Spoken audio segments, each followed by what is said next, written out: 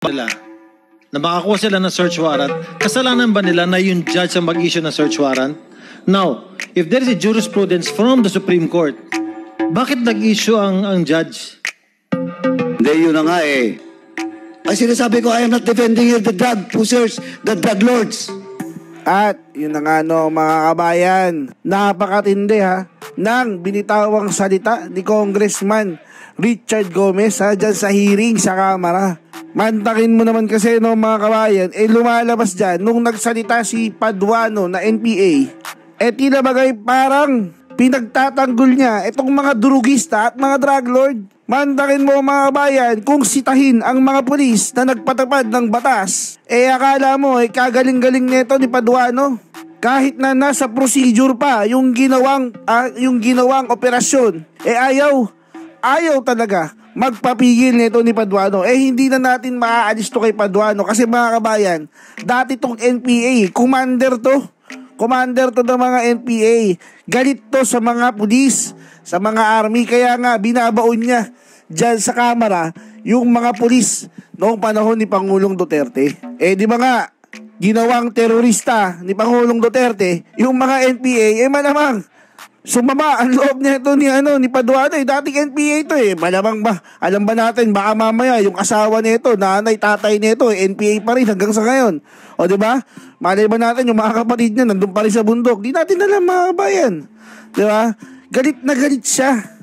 Nung nagsalita si Congressman Richard Gomez, mga kabayan, ano sabi ni Congressman Richard Gomez? Ginagawa lang naman ng mga pulis yung trabaho nila. Ginagawa lang nila. O ano sabi ni Paduano? Ayun, nagsisisigaw. Parang tinawag, sabi niya, huwag niyong palalabasin na pinagtatanggol ko yung mga drug lord. Sino bang nagtatanggol? Ikaw naman talaga, Paduano yan ang nakikita ng taong bayan. Yan ang nakikita nila. Ginagawa mo Tapos sasabihin mo, huwag palalabasin na pinagtatanggol mo yung drug lord. Pinagtatanggol mo naman talaga Nasita ka lang ni Congressman Richard Gomez. Kasi nga, di ba, pinapaliwanag sa inyo ni Cong Gomez na yung Ormoc, na dati siyang mayor dyan noong panahon ni Pangulong Duterte, nung nagkaroon ng tukhang, luminis yung Ormoc.